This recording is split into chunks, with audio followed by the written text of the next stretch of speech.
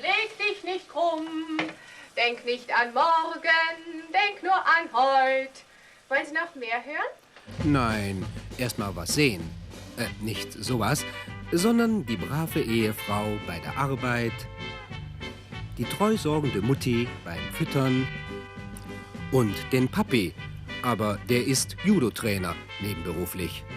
Währenddessen seine Frau Verse schmiedet und sich als Tonsetzerin betätigt.